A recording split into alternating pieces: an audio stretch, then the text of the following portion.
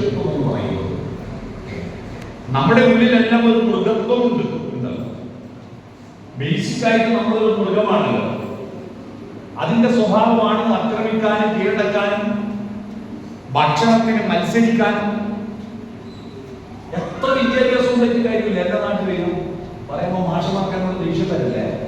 എന്റെ നാട്ടിൽ ഒരു വിവാഹത്തിന് ഭാര്യയും ഭർത്താവും വരനും വധുവും അവരുടെ രണ്ടാളുടെയും അച്ഛനമ്മമാരാണ്. ആ വിവാഹത്തിന് അധ്യാപകരുടെ ഒരു ദേശീയ സമ്മേളനം പോലെ ലോകത്തുള്ള സകല മാഷന്മാർ. ഞാനിത് മാലയിട്ട് തിരക്ക് വേറെ 2-3 കല്യാണത്തിന് പോകാനുണ്ട്. മാലയിട്ട് ഉടനെ ഞാൻ പുറത്ത് കിടക്കാൻ നോക്കുമ്പോൾ പുറത്തേക്ക് ഇറങ്ങുന്ന സ്റ്റെപ്പ് 2 ഭാഗത്തുള്ള സ്റ്റെപ്പ് താഴോട്ട് വന്നിട്ട് അവിടെ മുഴുവൻ സ്റ്റെപ്പിൽ മുഴുവൻ ക്യൂവാണ്. മാലയിട്ട് കഴിയുന്നതിനിടെ ഇതിന്റെ താഴത്തെ ഹാളിൽ, ഭക്ഷണ ഹാളിൽ ഇല വെച്ച് തൊടുകറികൾ വിളമ്പി കഴിഞ്ഞിട്ട് മാത്രമേ ജയിച്ചോ. അപ്പൊ ഫസ്റ്റ് ട്രിപ്പിന് കയറാൻ വേണ്ടി സകല മാഷന്മാരും ടീച്ചർമാരും മാലയിട്ട് കയറുന്നത്. ഈ ഗേറ്റത് തുറക്കുമ്പോഴേക്ക് സോമാലിയിലെ പട്ടിണിപ്പാവങ്ങൾക്ക് റൊട്ടികൾ ഒഴിഞ്ഞു കൊടുക്കുമ്പോൾ അതുപോലെ ഭക്ഷണത്തിന് അധ്യാപകർ ഓടുന്ന കാഴ്ച കണ്ടിട്ടുണ്ട്. ഞാൻ അത്ഭുതപ്പെട്ടു. എത്ര അധ്യാപകരായാലും നമ്മൾ ഒരു ഭക്ഷണം കിട്ടാൻ വേണ്ടി മത്സരിക്കും. അതിന്റെ നമ്മൾ വെറും മൃഗമാണ്. പരസ്പരം ആക്രമിക്കാനും ഭക്ഷണത്തിന് മത്സരിക്കാനും ഒരു മൃഗം നമ്മുടെ ഉള്ളിലുണ്ട്. ആ മൃഗമാണ് യുദ്ധങ്ങൾക്ക് കാരണമാകുന്നത്. ആ മൃഗത്തോടാണ് അശോക ചക്രവർത്തി പറഞ്ഞത്, നിങ്ങൾ പരസ്പരം അഭ്യൂഹമായിട്ട് കൊല്ലുകല്ല. നിങ്ങളുടെ കുട്ടീനെ കൊണ്ട് ഈ സ്കൂളിൽ വല്ലാത്ത കഷ്ടപ്പാടാണ്, ഉപദ്രവമാണ്. ദയവേദിയിൽ ഭക്തിയുള്ള കുട്ടികളിൽ പഠിക്കാൻ അനുവദിക്കണം. ഈ കുട്ടീനെ ഈ സ്കൂളിൽ അയക്കല്ലേ എന്ന് പറഞ്ഞിട്ട് പുറത്താക്കിയിട്ടുള്ള കത്തായിരുന്നു. പക്ഷേ ആ അമ്മയാണ് അവന്റെ ആന്തരിക പ്രകാശത്തെ വളർത്തിയ വൈകുന്നത്. നമ്മൾ നമ്മുടെ കുട്ടികളെ ശിക്ഷിതാക്കളല്ല എന്ന് ഓർമ്മിക്കുക, രക്ഷിതാക്കളാണ് നോക്കുക. ശിക്ഷിതാക്കളല്ല. ശിക്ഷ എന്ന വാക്ക് ഒരുപാട് തെറ്റിദ്ധരിക്കപ്പെട്ട വാക്കാണ്. ഹിന്ദിയിൽ ശിക്ഷ എന്ന് പറഞ്ഞാൽ, ഹിന്ദിയിൽ ഡോക്ടറേറ്റ് എടുത്താണ് ഉപയോഗിക്കുന്നത്. ശിക്ഷ എന്ന് പറഞ്ഞാൽ ചട്ടേ ദർജേ ശിക്ഷ കർത്താവ് എന്ന് പറഞ്ഞാൽ ഞാൻ 6ാം ക്ലാസ്സിൽ പഠിക്കുന്നു എന്നാണ്.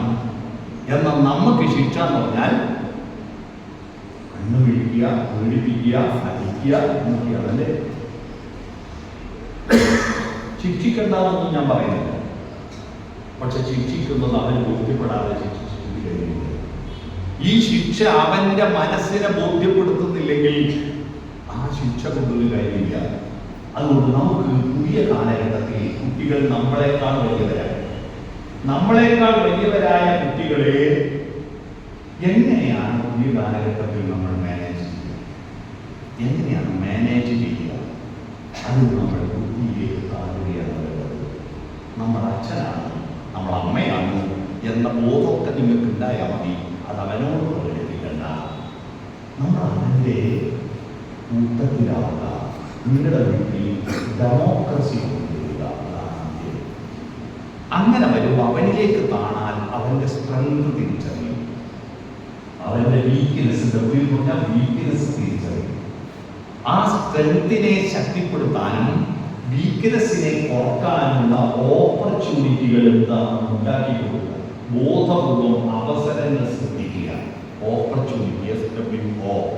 എന്നാൽ ഇതെല്ലാമായാലും ചില വെല്ലുവിളികൾ നമ്മുടെ ജീവിതത്തിലുണ്ടാവും. നമ്മുടെ കുട്ടികളുടെ സ്വഭാവത്തിലുണ്ടാവും, അവരുടെ ആരോഗ്യത്തിലുണ്ടാവും, അവരുടെ മാനസിക നിലയിലുണ്ടാവും. ആ വെല്ലുവിളികളെ നേരിടാൻ അവനെ പഠിപ്പിക്കണം. അവൻ വെല്ലുവിളികൾ നേരിടാൻ. അതാണ് SWOT അനാലിസിസ്. സ്ട്രെങ്ത് എന്താണ്, വീക്ക്നെസ് എന്താണ്, ഓപ്പർച്യൂണിറ്റി എന്താണ്, ത്രെട്ട് എന്താണ്, ഇതാണ് SWOT. അത്തരത്തിൽ നമ്മുടെ ഓരോ അമ്മയും വളരണം, അച്ഛനും വളരണം. നമ്മൾ പഴയതൊന്നും മറക്കുകയില്ല, പുതിയതൊന്നും പഠിക്കുകയില്ല. സ്വന്തം മക്കളുടെ പുതിയ പാഠപുസ്തകങ്ങൾ വായിച്ചവരെത്രയും മുഴുവൻ വായിച്ചോ? സ്വന്തം മക്കളുടെ പാഠപുസ്തകങ്ങൾ പൂർണ്ണമായി അമ്മയെ വച്ചിട്ടുണ്ടായിരുന്നു. ഒന്നിലെ കെമിസ്ട്രി ഫിസിക്സ് ഒന്നും നിങ്ങൾക്ക് വായിച്ചാൽ തിരിയില്ലെങ്കിൽ മലയാളം അത്യാവശ്യം ഇംഗ്ലീഷ് തിരിയില്ലേ, അത്യാവശ്യം സോഷ്യൽ സ്റ്റഡീസ് തിരിയില്ലേ, അതൊന്നും പഠിച്ചാലൊന്നും നഷ്ടമായി പോകുന്നില്ല. അതൊന്നും പഠിക്കുക, അത് പഠിച്ചിട്ട് അതിലുള്ള ചില കാര്യങ്ങൾ നിങ്ങളുടെ സംശയങ്ങൾ അവരോട് ചോദിക്കുക, അവനോട് സംശയം ചോദിക്കുക. ഞാനിപ്പോ എനിക്ക് ലോകത്തുള്ള പല വിഷയങ്ങളെ പറ്റിയുള്ള എന്തെങ്കിലും സംശയം ഉണ്ടെങ്കിൽ എന്റെ യഥാർത്ഥത്തിൽ ഇപ്പോ ഏറ്റവും അടുത്ത ഒരു എന്റെ മകനാണ്. അവനെയാണ് ഞാൻ എപ്പോഴും വിളിച്ചന്വേഷിക്കുക. അതെന്താ അവനെ പറ്റി എന്താണെന്ന് എന്റെ അഭിപ്രായം. പുതിയ രീതിയിലുള്ള കാര്യങ്ങളെല്ലാം അവനാണ് എന്നെ പറഞ്ഞു തരുന്നത്. പുതിയ വിഷയങ്ങളെ പറ്റി അതിൽ ഒരു ഈഗോവല്ല. മക്കളുടെ മക്കൾ വരികയോ തൊടാതെ തന്നെ ആ വരിയെ ചെറുതാക്കാനും വലുതാക്കാനുള്ള സൂത്രം അതിന്റെ പുറത്തൊരു ചെറിയ വര വരച്ചാൽ ഇത് വലുതാവും. വലിയ വര വരച്ചാൽ നിങ്ങൾ വലിയ വരയായിട്ട് നിന്ന കുട്ടികളെ ചെറുതായി, നിങ്ങൾ ചെറിയ വരയാവും. അപ്പൊ കുട്ടികൾ വലുതായി. വലിയ വലുതാണെന്ന് ചോദിച്ചിട്ട് എല്ലാം ഏൽപ്പിച്ചിട്ട് അതുപോലെ ആവുന്നുണ്ട്. അങ്ങനെ നിങ്ങൾ ഏൽപ്പിക്കുന്നുണ്ട്, കുട്ടികളെ വലുതാക്കുന്നുണ്ട്. പൈസ നെറ്റുമായി ബന്ധപ്പെട്ട കാര്യങ്ങളെല്ലാം അവനാണ് നടത്തുന്നത്, അവനാണ് ഗൂഗിൾ പേ ചെയ്യുന്നത്, അവനാണ് അത് പോകുന്നത് ഇത് പോകുന്നതല്ല. അതവൻ മുതലെടുത്തിട്ട് ഇതിന്റെ പാസ്വേഡ് മുഴുവൻ അവന്റെ കയ്യിലല്ല. അത് വെച്ചിട്ട് ഓൻ ഗെയിം കളിക്കുകയും മറ്റു പല തട്ടിപ്പുകൾ അനുഭവം ചെയ്യുമ്പോൾ നിങ്ങൾ പിടിക്കും. അങ്ങനെയല്ല ഞാൻ ഉദ്ദേശിച്ചത്. അവന്റെ മുന്നിൽ നിങ്ങൾ ചെറുതാവും. സ്കൂൾ വിട്ട് വരുമ്പോ നിങ്ങളെ സങ്കല്പം ഉണ്ടാകും. രാവിലെ സ്കൂളിലേക്ക് അയച്ച കുട്ടി മുടിയൊക്കെ ചില കുട്ടികൾ, ഞങ്ങളൊക്കെ ചെറുപ്പത്തിൽ കുട്ടികളെ സ്കൂളിലായിരിക്കുമ്പോൾ ഈ വെളിച്ചെണ്ണ തേച്ചിട്ട് മുടി ചീകിയിട്ട് ഈ പശു നക്കിയാക്കിയ കമ്പ്യൂട്ടർ വൈകുന്നേരം വരുമ്പോ ആ മുടി അതുപോലെ നിൽക്കുക, ഡ്രസ്സെല്ലാം അതുപോലെ നിൽക്കുക, ഒരു മാറ്റമില്ലാതെ കുട്ടി വന്നിട്ടുണ്ട്. നമുക്ക് വളരെ സന്തോഷമായിരിക്കും. ഒരു മാറ്റമില്ലാതെ അവൻ വന്നിട്ടുണ്ടാവുമ്പോൾ അവന്റെ മുടിയൊക്കെ പാറി പറന്ന് ഒരു കുട്ടിന്റെ പൊട്ടിയിട്ട് വന്നിട്ട് അവൻ എനർജറ്റിക്കാണ് എന്ന് 50 പൈസയുടെ കുറുക്ക് പൊട്ടിയതിന് 500 രൂപയുടെ ചീത്ത പറയില്ലേ? 50 പൈസയുടെ കുറുക്ക് പൊട്ടിയാൽ മതി, പൊട്ടിച്ച് നശിപ്പിച്ച്. ഈ ഒരു ചെറിയ വിഷയത്തിൽ കുട്ടികളെ കയ്യിൽ നിന്ന് ഒരു കുട്ടി ക്ലാസ് നാം പൊളിഞ്ഞു പോയെങ്കിൽ എന്തൊക്കെ ബഹളം. കഴിഞ്ഞ ദിവസം ഒരു രസകരമായ തമാശ വീട്ടിലുണ്ട്.